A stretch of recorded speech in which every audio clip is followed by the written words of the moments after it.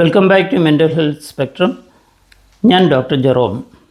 ലഹരി ഉപയോഗത്തെക്കുറിച്ച് സംസാരിക്കുമ്പോൾ പലപ്പോഴും കേൾക്കുന്ന വാക്കുകളാണ് ഡി അഡിക്ഷൻ, ഡിറ്റോക്സിഫിക്കേഷൻ അല്ലെങ്കിൽ ലഹരി വിമുക്തി. എന്നാൽ ഈ വാക്കുകളെ ചുറ്റിപ്പറ്റി ചില തെറ്റിദ്ധാരണകൾ നമ്മുടെ സമൂഹത്തിലുണ്ട്. ഒരു മാസത്തെ ചികിത്സയോ അല്ലെങ്കിൽ ഒരു റീഹാബ് സെൻറ്ററിലെ താമസത്തോടുകൂടി അഡിക്ഷൻ പൂർണ്ണമായും മാറി എന്ന് പലരും വിശ്വസിക്കുന്നു. എന്നാൽ സത്യം അതല്ല. അഡിക്ഷൻ ഒരു വിട്ടുമാറാത്ത രോഗമാണ്, എ ക്രോണിക് മെഡിക്കൽ ഡിസീസ്. ഇത് കൃത്യമായി മനസ്സിലാക്കാൻ നമുക്ക് പ്രമേഹവുമായി ഇതിനെ ഒന്ന് താരതമ്യം ചെയ്യാം.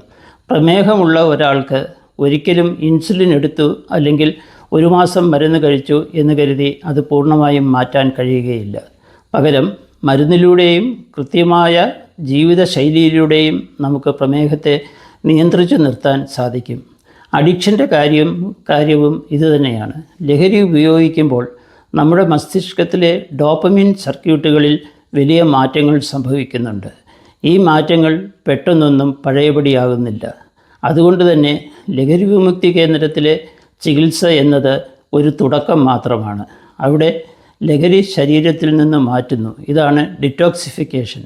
എന്നാൽ മനസ്സിനെയും മസ്തിഷ്കത്തെയും ലഹരിയില്ലാതെ ജീവിക്കാൻ പ്രാപ്തമാക്കുന്നത് ഒരു ദീർഘകാല പ്രക്രിയയാണ്. പലപ്പോഴും രോഗികൾ ഒരു മാസം ചികിത്സ കഴിഞ്ഞ് തിരിച്ചു വരുമ്പോൾ വീട്ടുകാർ വിചാരിക്കും ഇനി എല്ലാം ശരിയായി എന്ന്. എന്നാൽ യഥാർത്ഥ പോരാട്ടം അവിടെയാണ് തുടങ്ങുന്നത്. പ്രമേഹ രോഗി മധുരം കഴിക്കുമ്പോഴോ അല്ലെങ്കിൽ മരുന്ന് മുടക്കുമ്പോഴോ പഞ്ചസാരയുടെ അളവ് കൂടുന്നത് പോലെ ലഹരിക്ക് അടിമപ്പെട്ട ഒരാൾ ജീവിതത്തിലെ സമ്മർദ്ദങ്ങൾ വരുമ്പോൾ ലഹരിയിലേക്ക് തിരിച്ചു പോകാൻ സാധ്യതയുണ്ട്. ഇതിനെയാണ് നമ്മൾ റിലാപ്സ് എന്ന് വിളിക്കുന്നത്. അതുകൊണ്ട് നാം ചെയ്യേണ്ടത് 1. ദീർഘകാല ചികിത്സ തുടരുക. മരുന്നുകൾക്കൊപ്പം തന്നെ കൗൺസിലിങ്ങും സൈക്കോതെറാപ്പിയും ദീർഘകാലം തുടരണം. 2. പിന്തുണ കൊടുക്കുക. രോഗിയെ കുറ്റപ്പെടുത്തുന്നതിന് പകരം അവർക്ക് ഇതൊരു ആരോഗ്യ പ്രശ്നമാണെന്ന് മനസ്സിലാക്കി അവരുടെ കൂടെ നിൽക്കണം. 3. ജീവിതശൈലി മാറ്റുക.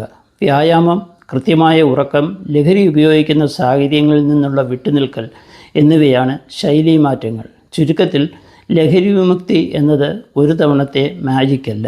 അത് ഓരോ ദിവസവും നാം എടുക്കുന്ന തീരുമാനമാണ്. അതൊരു യാത്രയാണ്. ഇത് പ്രമേഹം പോലെ നിയന്ത്രിച്ചു നിർത്തേണ്ട ഒരു ആരോഗ്യ അവസ്ഥയാണ്.